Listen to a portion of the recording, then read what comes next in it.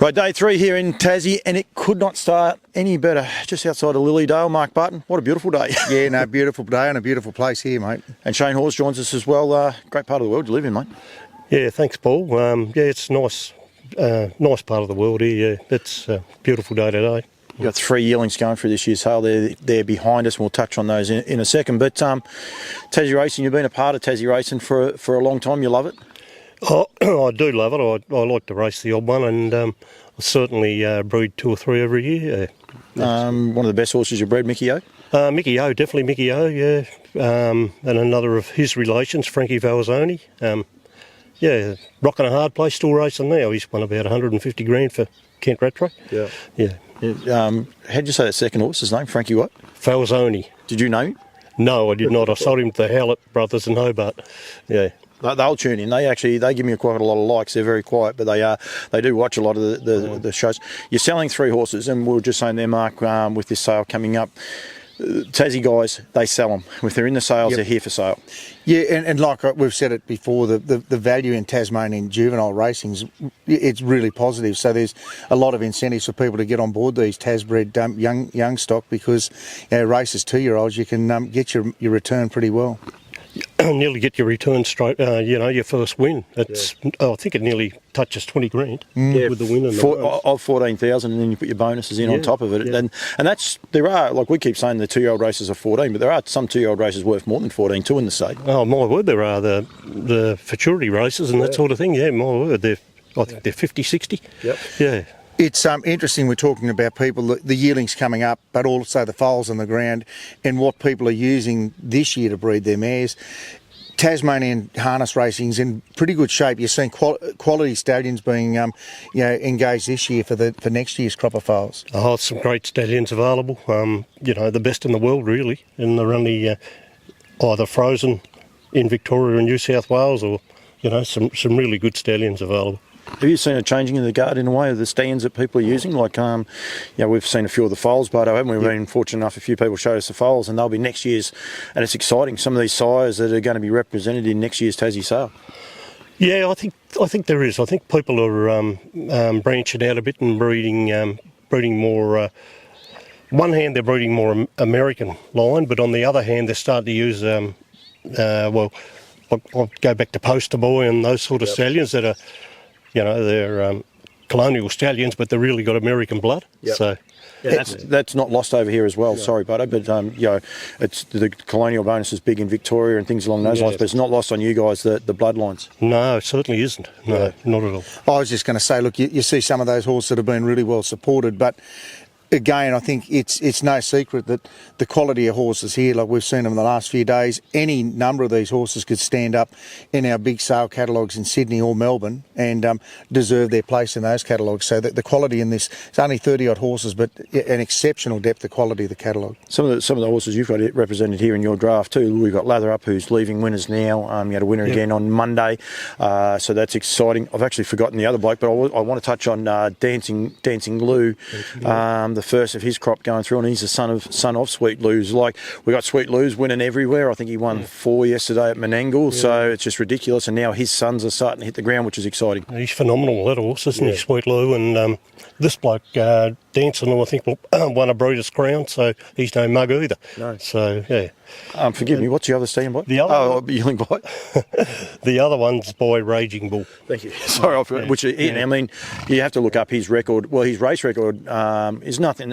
When I say that, he is lightly raced, unfortunately, due to him breaking down for the Dalgetties. But another beautifully bred horse out of the South Island of New Zealand, where they breed quality racehorses, and he was well and truly one of those. Well, I think he only had 10 starts. I think he probably had 6 wins or something like that. So no, and he's nice. This bloke, he is a nice horse, nice and quiet and good temperament and everything. So I hope they race well. Yeah. And we're talking about your Lather Up filly. You say you can see the mare, the qualities of the mare that she's out of in her.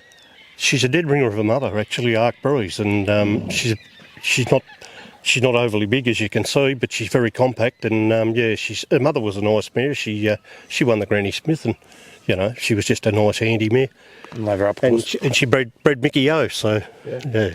And then one of the lather ups topped the sale last year, Bardo, and we actually saw they had a green trial, not old enough to be named, or he's old enough to be named, but not raced yet. But he had a green trial and got a nice turn of foot actually, which was great. Well, he was an equal top seller here last year and just a striking type. But obviously, that green trial we watched yesterday afternoon, he's a horse that's showing something. But again, you've got yearlings coming through here out of Group winning mares, Group 1 winning mares. So it's a great opportunity for people to get into young stock that get the preparation for a yearling sale. That a lot of the hard work's done for the trainers or the breaker.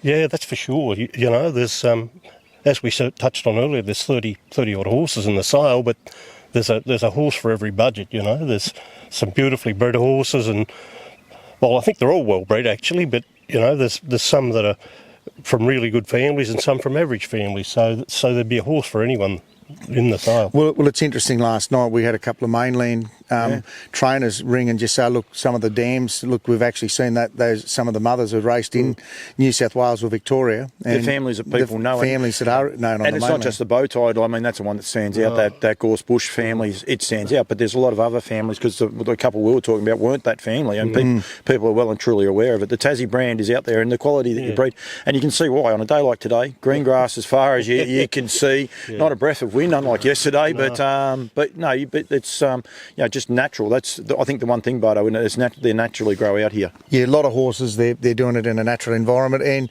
you've got green pick right through this sort of summer months, and not 40 degrees like it was back in New South Wales yesterday. No, that's for sure.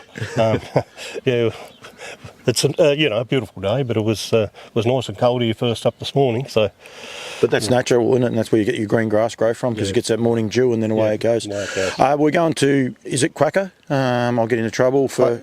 Is it Quercus Park? Quercus Park this year too. They're evolving. It's becoming a lot more, I suppose, mainstream, if you like. The sale as well, which we want to encourage people to come to. Like, it's going to be we've been told, reliably informed, it's a state-of-the-art complex, and it's there for people to buy, but also have a bit of fun. And there's a bit going on as well. But it's a great move to the new complex. Oh, I think it's a great move too. Yeah, I really do. I think probably a lot more comfortable and everything for everyone, and I think it'll be nice for the sale. A lot of the yearlings are going to be there the evening before, so you get the horses settled in that environment.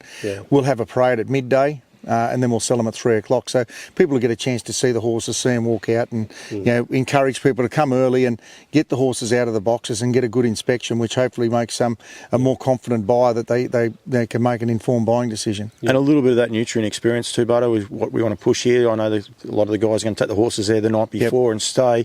It's 20 minutes out of Launceston. There's some beautiful places to stay, good food. Great food, actually. Make a fair wine. Not that I know that either, but great hospitality. So come for a weekend. Make a weekend of it. Get away from the rat race, if you like, on the mainland, and come out here and look at some really nice horses. And if you're a mainland buyer, it's not that expensive to get one across the water now too. It's normal freight costs really for moving a horse around anywhere. Yeah, that'd be great. If we could get some mainland buyers to come over and mainly have a look at the product and hopefully purchase. Yeah, that's what we want.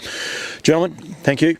March the 1st, 3 o'clock the sale will be, parade at 12 o'clock, and people will be available. But anyone, Shane, I'm imagining you're the same as anyone going for Christmas holidays. If they're sneaking away from the heat, coming across here to Tassie for a few days, don't be scared to ring any of the people up and come and have a look at them. No, by all means.